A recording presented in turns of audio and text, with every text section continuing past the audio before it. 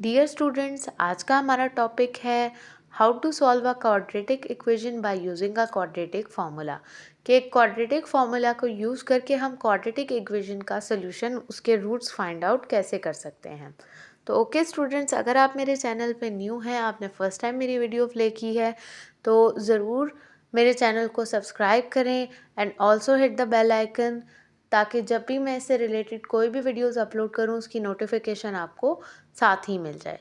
ठीक है, अब हम अपने टॉपिक पे वापस आते हैं। ये हमारे पास एक क्वाड्रेटिक इक्वेशन है और मैं इसको सॉल्व करना चाहती हूँ, इसकी वैल्यूज़ फाइंड आउट करना चाहती हूँ, इसके वेरिएबल की जो कि x है, बाय यूजिंग क्वाड्रेटिक फार्मूला। ठीक है, तो जब भी आप किसी भी क्वाड्रेटिक इक्वेशन को सॉल्व कर रहे हैं, चाहे किसी भी मेथड से आप उसको सॉल्व कर रहे हैं, लेकिन सबसे पहला काम आपका ये होना चाहिए कि आपने उस क्वाड्रेटिक इक्वेशन को बैलेंस करना है। ठीक है, जैसे यहाँ पे 3x है। ठीक है, स्टैंडर्ड फॉर्म क्या होती है, हमारे पास किसी भी क्वाड्रेटिक इक्वेशन की स्टैंडर्ड फॉर्म ये होती है, लेकिन ये स्टैंडर्ड फॉर्म में लिखा नहीं हुआ। कांस्टेंट टर्म जो bx वाली टर्म है वो इस साइड पे लिखी हुई है, तो हम इसको शिफ्ट करके इधर ले आते हैं। ठीक है, तो पहले हमने अरेंज करना होता है। 4x² minus 3x minus 14 is equal to 0। ठीक है, अब मुझे क्वाड्रेटिक इक्वेशन की स्टैंडर्ड जनरल फॉर्म पता है। ठीक है, मैं इसके साथ इसको कंपेयर करूँगी। ax² plus bx plus c is equal to 0। यहाँ से मेरे पास a की वैल्यू आ गई 4, मैंने सिर्फ कंपेयर किया है।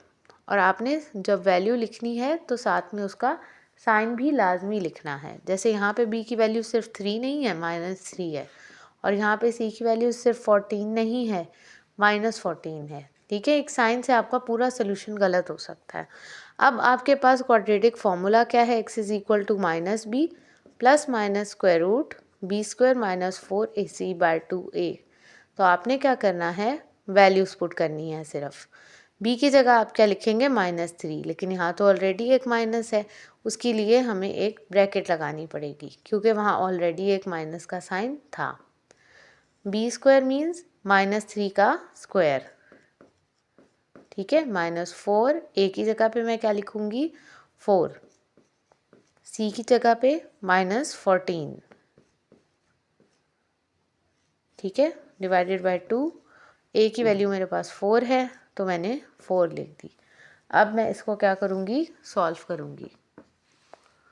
Minus minus +3 plus minus square root, अब यहाँ पे -3 का स्क्वायर है, यानी कि -3 मल्टीप्लाई बाय -3, 3 3 ज़ार तो 9 हो गया मेरे पास।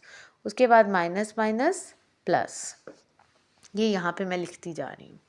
ठीक है, यहाँ पे 4 4 ज़ार 16। अब 16 को किससे मल्टीप्लाई करना है, 14 से मल्टीप्लाई करना है।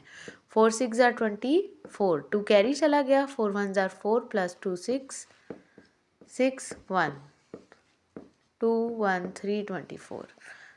ठीक है, तो मैंने इन दोनों को मल्टीप्लाई किया। तीनों कैसे, 4 4 ज़ार 16 और फिर 16 मल्टीप्लाई बाय 14, 4 6 ज़ार 24, 4 इधर आया, 2 कैरी चला गया, 4 1 ज़ार 4 प्लस 2 6। फिर नेक्स्ट स्टेप में आने के लिए हम क्या लगाते हैं, क्रॉस लगाते हैं। 1 6 ज़ार 6, 1 1 1 प्लस 1 1, 4 नीचे आ गया, 6 प्लस 6 12, 2 इधर आया, 1 कैरी। ठीक है, 1 कैरी जाएगा तो आपके पास यहाँ 224 आएगा, सॉरी। ठीक है, क्या आ जाएगा, 224। अगेन हम देख लेते हैं, 4 6 ज़ार 24, 4 इधर आया, 2 कैरी, 4 1 ज़ार 4 प्लस 2 6 आ गया। ठीक है, 64 है ये। इसके बाद 1 ये यहाँ पे हमने नेक्स्ट स्टेप में जाने के लिए हम क्रॉस लगाते हैं। 1 6 ज़ार 6, 1 1 ज़ार 1, तो ये कैरी किया, तो ये 224 ही आना था। Divided by 2a, 2 multiply by 4 is 8 is equal to 3 plus minus, आप इसको इसमें प्लस कर देंगे तो आपके पास क्या आ जाएगा, 3 3 3, यही आता है ना आपके पास, 224 प्लस 9। ठीक है, 4 में आप 24 में 9 प्लस करें, 24 में 9 प्लस करें तो 33 ही आता है, 233 डिवाइडेड बाय 8।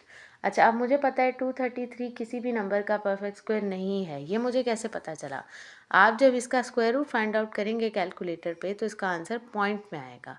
ठीक है, पॉइंट में आएगा, इसका मतलब ये किसी कंप्लीट होल नंबर का परफेक्ट स्क्वायर नहीं है, इसलिए इसका स्क्वायर रूट का जो आंसर है वो पॉइंट में आया है।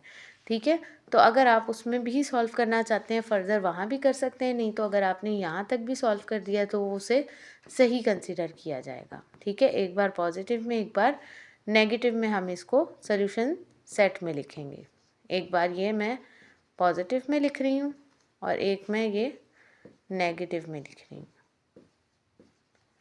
ठीक है, तो अगर इन क्वेश्चन से रिलेटेड आपके कोई क्वेश्चन है, कोई भी आपको कन्फ्यूजन है तो कमेंट सेक्शन में ज़रूर पूछें। सब्सक्राइब करना और बेल आइकन को क्लिक करना बिल्कुल ना भूलें ताकि जो भी वीडियोस हैं वो आपको डायरेक्टली मिलती रहें। ठीक है, और अगर आपके कोई फ्रेंड्स हैं या अदर स्टूडेंट्स हैं आपके ही ग्रेड के जिनको इन कॉन्सेप्ट्स में प्रॉब्लम है या और किसी कॉन्सेप्ट्स में प्रॉब्लम है तो वो मेरे चैनल से गाइडेंस ले सकें। Thank you.